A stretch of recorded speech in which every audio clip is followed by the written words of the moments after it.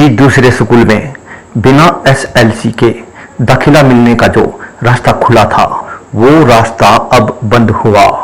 जब private school SLC देंगे तभी बच्चे का अन्य स्कूल में दाखिला हो सकेगा।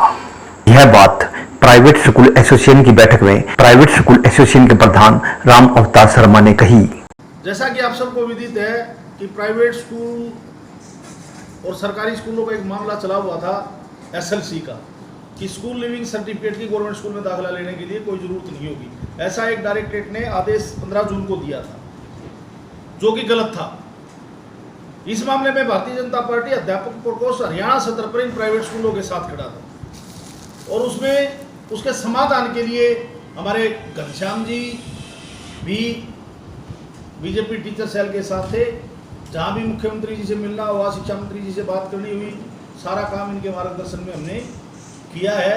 और प्राइवेट स्कूलों की एक बहुत बड़ी डिमांड हरियाणा के शिक्षा मंत्री जी ने, माननीय मुख्यमंत्री जी ने पूरी करी है कि बिना एसएलसी के एसएलसी अनिवार्य होगी। किसी भी सरकारी स्कूल में जाने के लिए बच्चे को एसएलसी लेनी पड़ेगी, तब उसका दाखिला होगा। माननीय घनश्याम जी ने प्रयास किया कि हरियाणा में जितनी भी एसोसिएशन है उनके सब प्रतिनिधियों को बुलाया जाए। तो चंडीगढ़ में माननीय शिक्षा मंत्री जी ने कल शिक्षा सदन में बैठक ली और उसमें उस निर्णय को उन्होंने वापस ले लिया। उन्होंने क्लियर शब्दों में चिट्ठी में लिख दिया, कल ही लेटर जारी हो गया था कि जो स्कूल जो बच्चा किसी भी स्कूल में पढ़ता है और वो गवर्नमेंट स्कूल में जाना चाहता है, उसका एडमिशन एसएलसी के बिना नहीं होगा। एसएलसी का काम और ये कर दिया है कि एसएलसी ज़रूरी होगा, अनिवार्य होगा। उसके बगैर किसी स्कूल में आपको दाखिला नहीं मिलेगा, चाहे सरकारी हो चाहे प्राइवेट हो। कहीं भी जाना इमरजेंसी तो उनकी रहेगी, लेकिन जो पीछे जो स्कूल में पढ़े हैं उनसे एसएलसी लेके आए तो माननीय मुख्यमंत्री जी और शिक्षा मंत्री जी ने इस बात को समझा। 1-2 दिन के लिए मुख्यमंत्री जी बाहर चले गए थे, उन्होंने आते ही बैठक बुलाई और शिक्षा मंत्री के सामने ये बात रखी कि भाई एसएलसी की कंडीशन जो लगाई है वो हटानी पड़ेगी, क्योंकि प्राइवेट स्कूलों का जनाधार और उनके शिक्षकों की जो पे होती है उसके लिए ये काम बहुत ज़रूरी है। तो इस प्रकार की यदि घोषणा होगी तो पीछे वाले 6 महीने का ही फीस इस मामले में दब जाएगी। इसको लेकर हमने माननीय मंत्री जी से, मुख्यमंत्री जी से आग्रह किया तो उन्होंने कल जाकर ये बात हमारी पूरी कर दी है। टीचर्स की भी शिकायत है कि प्राइवेट स्कूल जो है उनके साथ शोषण करने को उतर रहे हैं, आधी तनख्वाह तक दे रहे हैं। कोई स्कूल ऐसा नहीं है जो अपने टीचर के साथ शोषण करेगा।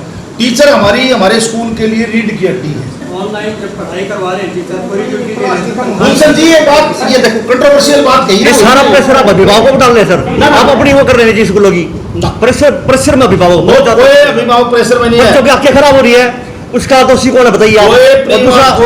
फोन का जो रिचार्ज करना पड़ता है अभिभावक करना पड़ता है, लैपटॉप लेने पड़ते हैं। कोई अभिभावक प्रेशर में नहीं है। मैं आज फिर कह रहा हूँ कि हम निवेदन कर रहे हैं कि मंथली फीस जमा करवाएं अभिभावक, ताकि हमारा स्कूल का जो सिस्टम है, जो टीचर्स की सैलरी है और जो खर्चे हैं, हम उसमें से निकाल सकें। अब घर से तो मेरे ख्याल से, अब आप एक बात बताओ, सरकार ने गरीब आदमी की बहुत मदद करी है इस कोरोना महामारी में। ये जो मजदूर थे इनको घर तक छोड़ने का काम, पैसे जो अलग मैटर सर, ये अलग मैटर आपका है मजदूरों का। अलग मैटर कहाँ है? ये मजदूर अलग मैटर। हम भी तो इसी देश के नागरिक हैं, हम भी तो इसी देश के नागरिक हैं, हम भी इस प्रदेश के नागरिक हैं। सर शिक्षा मंत्री का बयान आया था, आपको पता होगा कि फीस भरे अभिभावक, कहा था उन्होंने। तो उन्होंने ये भी कहा था जो समर्थ फीस भरने में वो फीस भरे, जो समर्थ नहीं है वो लिख कर दे स्कूलों में। उन्होंने कहा था समर्थ या सक्षम जो है, सक्षम शब्द कहा था, सक्षम जो है वो फीस भरे। सक्षम का कोई क्राइटेरिया ही नहीं है हमारे हिंदुस्तान में, आपको पता है। जो व्यक्ति 2 लाख रुपए महीना कमा रहा है वो भी अपने आप को सक्षम नहीं समझता। उसके बाद वो भी अपने आप को बीपीएल। अब 134 में हमारे स्कूलों में जिनकी 3-3 मंजिल की कोठियां खड़ी हैं, जो गाड़ियों में अपने बच्चों को छोड़ने जाते हैं, वो बीपीएल का लाभ उठा रहे हैं। आप लोग इन प्राइवेट स्कूलों का सहयोग करके उन लोगों का वो करो ना, उनको बाहर लाओ ना कि वो नाजायज फायदा उठाए। जांच करवाइए आप। हम तो करवाएंगे। आप जांच करवाइए। अब ये कोरोना महामारी में जांच नहीं, अब कोरोना महामारी में कैमरे में बोल रहे हैं, गुलशन ऐसे जी, लोग हैं। हाँ। आप उनकी जांच करवाइए। गुलशन जी, क्यों खाते हैं ऐसे बच्चे? हम करेंगे। पता है क्या ऐसे गरीब बच्चे पता है क्या बच्चे का तो हम इस आपको कोरोना महामारी में हम किसी प्रकार का बच्चे का नुकसान नहीं करना चाहते। हमारा काम राजनीति करना नहीं है, हमारा काम कोई यूनियनबाजी नहीं है, हमारा काम कोई सड़कों पर आना नहीं है। हमारी चिंता ये होती है कि हरियाणा के बच्चे को, प्रत्येक बच्चे को क्वालिटी एजुकेशन मिले। और आपने देखा होगा हमने अपने बच्चों को ऑनलाइन पढ़ाया है, अब भी पढ़ा रहे हैं, बिना फीस मिले, बिना फीस मिले, बिना फीस मिले, बिना फीस मिले। हम तो आग्रह करते हैं आपके माध्यम से, आप लोग थोड़ा सा हमें इसमें सर सहयोग जैसे कि आपने बताया सर, एमएलए साहब आपका प्रतिनिधि करते हैं, आप प्रतिनिधित्व करते हैं आपके स्कूलों का, निजी स्कूलों का, आपकी मांगे उठाते हैं, करते हैं, ठीक है सर। इसे ये लगता है कि बीजेपी सरकार जो है आम आदमी के साथ नहीं, निजी स्कूलों के साथ है, उनकी बातें मान रही है, उनकी शर्तें मान रही है। जो अभिभावक चिल्ला रहे हैं, वो रो रहे हैं, उनकी जेब अभिभावक की बात मैं करता हूँ। कोई अभिभावक हरियाणा में असंतुष्ट नहीं है, बिल्कुल है सर, बहुत है। मैं बताऊंगा आपको। ये जो स्वयंभू संगठन है, जिनको सस्ती लोकप्रियता चाहिए, जो ब्लैकमेलर हैं, उस टाइप के लोग इस प्रकार का हवा खड़ा करते हैं। और आपके माध्यम से उनको एक चेतावनी दे रहा हूं। आज ये बात आपने बार बार 2-3 बार कही है, उन लोगों को आपके माध्यम से एक चेतावनी दे रहा हूं, या तो वो बच्चों में राजनीति ना लाएं, बच्चों में राजनीति ना ढूंढें। अपनी सस्ती लोकप्रियता अगर उन्होंने करनी है तो वो 5-4 संस्थाएं खड़ी करते हैं, अपने स्कूल खड़े करते हैं, बच्चों को पढ़ाएं फ्री में। किसने रोका है उनको?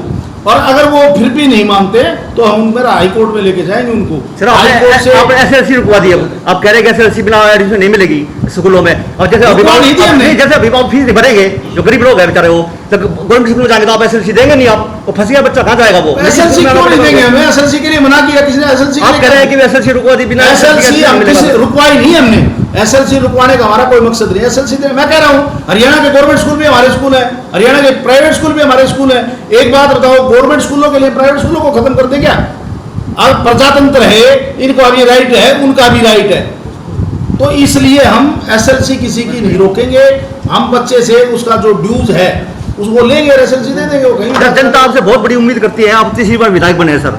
आप जनता के बारे में ज्यादा से ज्यादा सोचिए। आप मालिक काफी ऐसे लोग हैं जो लॉकडाउन जिनका काम धाम छूट गया, फीस भरने की औकात नहीं है बेचारों की, उनके लोगों की, अभिभावकों की। आप उनकी फीस माफ करवाइए, आप उनकी फीस माफ करवाइए। ऐसे तो विभाग हैं जो अक्षम है, उनसे कोई जबरदस्ती थोड़ी ना। हाँ जी, जबरदस्ती नहीं कर रहे हैं, ठीक है सर। जो नहीं दे सकता वो लिख कर दे सकता स्कूलों को, वो तो देखना पड़ेगा। केवल और केवल फीस इसलिए दी जा रही है कि हमारा स्कूल का खर्चा और अध्यापकों की तनख्वाह उससे निकलती है। ट्यूशन फीस तो वही होगी ना सर, जो 2000, 3000, 1500 रुपये होगी। 1500 भी है, कहीं पे 200 रुपये वही बात होगी सर, बच्चे स्कूल नहीं जा रहे तो आप फीस मांग रहे हैं, दबाव होगा सर ये तो। ये बात विषय आप रखो। दूसरा सर, आप एमएलए सर जनता के, जनता ने अपने प्रतिनिधि चुना आपको, आप स्कूल के साथ खड़े हैं या फिर या आम लोगों के साथ खड़े हैं? मैं वो भी उनके स्कूलों के साथ भी हूँ, अच्छा जी, आम लोगों के भी। तो लोगों की ये आवाज है सर कि हमारी फीस माफ की जाए, जो 3 महीने की। ऐसी बात नहीं होनी चाहिए। अच्छा जी। और जिस प्रकार से लोगों के जो हमारे हमने केवल फीस की डिमांड करवाई है, फीस सब स्कूलों में। मैं भाई साहब, मैं एक मिनट सर, प्रधान जी, एक वीडियो सर। वायरल हो रही है डीएवी स्कूल की बताई जा रही है, जिसमें जो प्रिंसिपल है वो अभिभावकों के साथ मार पिटाई भी कर रही है। तो अगर इस तरह की नौबत आती है तो प्राइवेट स्कूल संघ क्या करेगा इसमें? देखो, एक बात क्लियर कर दूं मैं, शिक्षा मंत्री जी और अधिकारी हमारे एजुकेशन डिपार्टमेंट के, एसीएस, दोनों डायरेक्टर, दोनों ज्वाइंट डायरेक्टर, सब कल हमारी इस मीटिंग में थे। हमने ये रिक्वेस्ट की, आप ये एसएलसी का मुद्दा है, इसको वापस ले लें। और कोई स्कूल किसी बच्चे को परेशान करता है तो हम सरकार के साथ और सरकार के अधिकारियों के साथ है, उस स्कूल के साथ नहीं है। मैं क्लियर कर रहा हूँ इस बात को। अगर कोई, जो आप कृष्ण जी बता रहे हो, डीएवी स्कूल का ऐसा कोई मामला है, अगर किसी बच्चे को प्रताड़ित किया जाता है या किसी पेरेंट्स के ऊपर दबाव बनाया जाता है, वो गलत है सर। और इस महामारी में हम उस पेरेंट्स के साथ हैं, उस स्कूल के साथ नहीं है। वो टीचर मेरा यहाँ मेरे बच्चे को पढ़ा रहा है ऑनलाइन, हमें ऑनलाइन एजुकेशन दे रहे हैं, तो मंथली फीस मांगना हमारा राइट है। हम तो सिर्फ 1 महीने की मंथली फीस मांग रहे हैं, हम तो सिर्फ 1 महीने की मंथली फीस मांग रहे हैं, हम तो सिर्फ 1 महीने की मंथली फीस मांग रहे हैं, ताकि हम अपने उस 5-6 लाख टीचर्स का भरण पोषण, उनका परिवार चल सके। किसी भी बच्चे को फीस के लिए हमने कहा हो, कोई बच्चा एसएलसी हमारे स्कूल में लेने आया और हमने उसको परेशान किया हो, हम तो चाहते हैं सर डेली मैसेज आते हैं फीस के, डेली मैसेज आते हैं फीस के, फीस जमा करवाइए आप। देखो, मैसेज आएंगे फीस के। मैंने आपसे एक बात आपके माध्यम से मैं कह रहा हूं कि मंथली फीस मांग रहे हैं। आप एडमिशन फीस कहीं दिखा दो, मेरे को मैसेज आते हैं, आप भी यही और मैं भी हूं, मंथली फीस के मैसेज आएंगे क्योंकि हमारा टीचर ऑनलाइन क्लास लगा रहा है, वो अपना काम कर रहा है। जो ट्रांसपोर्ट की फीस है वो भी मांग रहे हैं। ट्रांसपोर्ट की फीस किसी भी स्कूल ने मांगी हो, मैं रिस्पॉन्सिबल हूँ इस बात को। कोई भी स्कूल ट्रांसपोर्ट चार्ज नहीं ले रहा। जो ऑनलाइन प्रक्रिया द्वारा जो पढ़ाई करवाई जा रही है बच्चों को, काम दिया जा रहा है सर, मुझे बच्चों की काफ़ी आंखें खराब हो चुकी है। आप जानते हैं दूसरी तीसरी क्लास तक के बच्चे काम नहीं कर सकते ऑनलाइन, फिर भी ये फॉर्मेलिटी निभाई जा रही है। पेरेंट्स पर दबाव आ रहा है, पेरेंट्स कर रहे हैं काम, वो बच्चे नहीं कर रहे हो। नहीं पता कि लोग सारा दिन मोबाइल देखते हैं, हाँ जी, जब होती है उनकी आंखें खराब। ये पढ़ाई से घंटा 2 घंटा मोबाइल देखने से आंखें खराब नहीं होती। दूसरी बात, मैं एक बात और बता दूं, कोई जरूरी नहीं है वो उसमें पढ़े, उसके घर में उसके पास किताबें हैं, उसके बहन भाई पढ़े लिखे हैं, उनसे काम करवा ले अपना। कोई ये पेरेंट्स की डिमांड होती है कि आप ऑनलाइन वो स्कूल करवा रहे, आप क्यों नहीं करवा रहे, इसलिए हमारी भी मजबूरियां होती हैं। ऑनलाइन कोई अच्छा काम नहीं है, हम भी मानते हैं इस बात को,